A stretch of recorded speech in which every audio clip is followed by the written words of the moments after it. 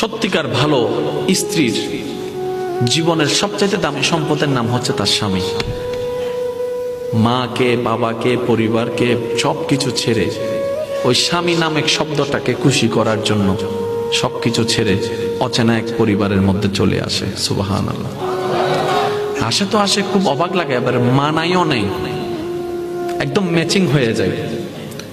যেখানে যাই সেই রকম একটা মেন্টালিটি আল্লাহ পাক তাদেরকে দান করেছেন ম্যাচিং হয়ে যাওয়ার জন্য।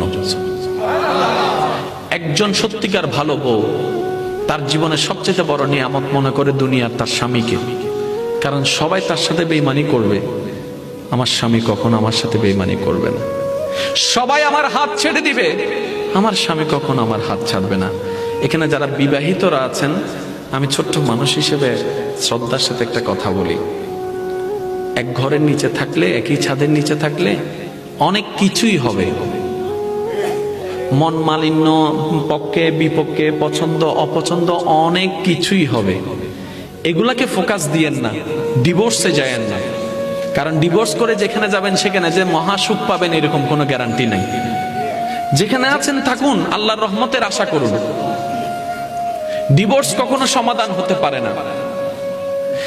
স্বামীর কাজ হচ্ছে স্ত্রীদেরকে মায়া প্রদর্শন করা, মহাব্বত প্রদর্শন করা, কেয়ারিং পছন্দ করা, কেয়ারিং প্রদর্শন করা। আর স্ত্রীদের কাজ হচ্ছে স্বামীদেরকে ভক্তি করা, শ্রদ্ধা করা, সম্মান করা।